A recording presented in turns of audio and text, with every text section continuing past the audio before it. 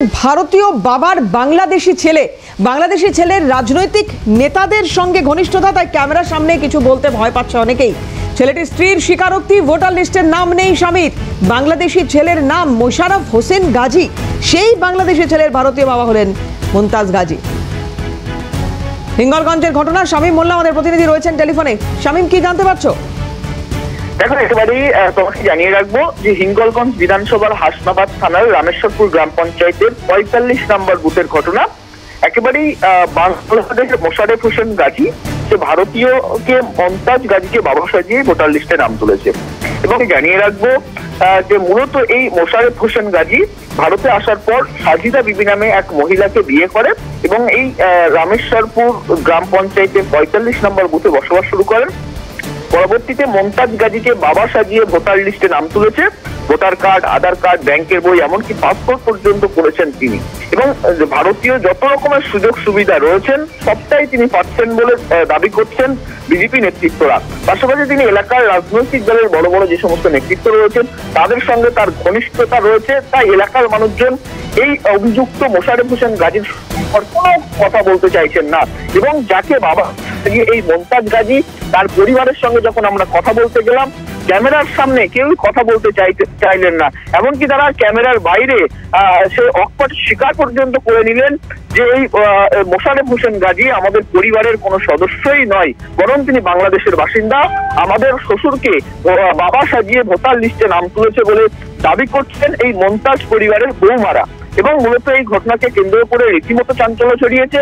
এ বিষয়ে একেবারে ভারতীয় জনতা পার্টির বসিরহাট সাংগঠনিক জেলার সভাপতি সুকল্যাণ বৈদ্য, তার স্পষ্ট দাবি যে তৃণমূল কংগ্রেসের মদতে এই সমস্ত বাংলাদেশি অনুপ্রবেশকারী তারা অবৈধভাবে ভারতে প্রবেশ করেন এবং ভোটার লিস্টে কারসাজি করে নাম তুলেছেন। এবং এদের একেবারে এই মোশাররফ হোসেন গাজী তার ২০০২ সালের ভোটার লিস্টেও নাম নেই।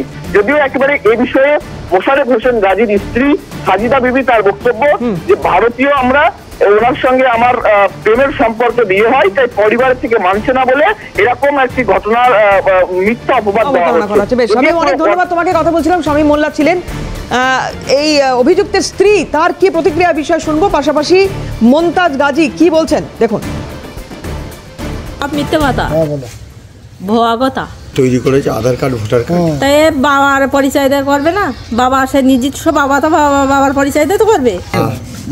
আমার শ্বশুর, আমরা ভালোবাসা করে বিয়ে করলাম, মেনে নেয়নি।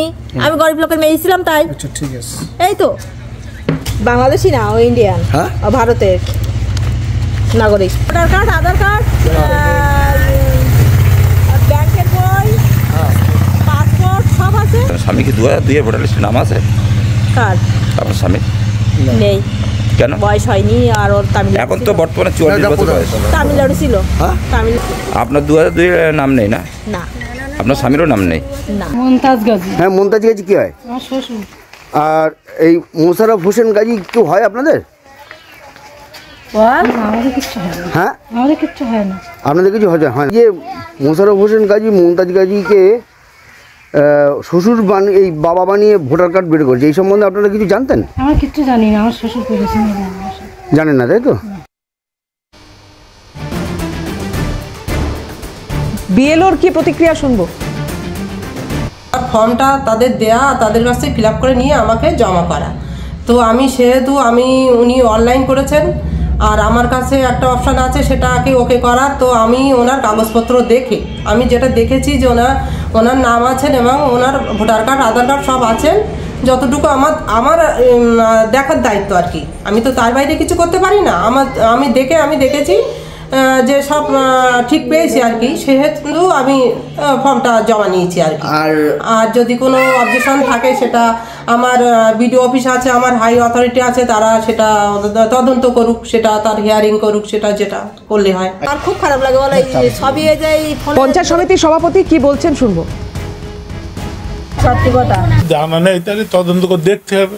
আর ঘটনা তো নির্বাচন কমিশনের ব্যাপার, ভোটার লিস্টে কাদের নাম থাকবে কি না থাকবে সেটা নির্বাচন কমিশন ঠিক করবে, যাচাই করে। যেটা ভারতীয় সংবিধানে যেটা নিয়ম আছে ভোটার হওয়ার জন্য যে বিধিনিষেধ, সেই মাফিক হবে। এটা নির্বাচন কমিশনে ঠিক করবে, এটা তো আমাদের কথাই হবে না। বিজেপির তরফ থেকে কি প্রতিক্রিয়া আসছে দেখুন।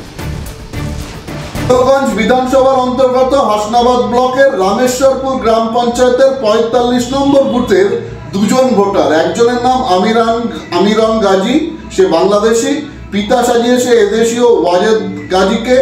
আরেকজন হচ্ছে মোশাররফ হোসেন গাজী, পিতা সাজিয়েছে এদেশের মোস্তাক গাজীকে।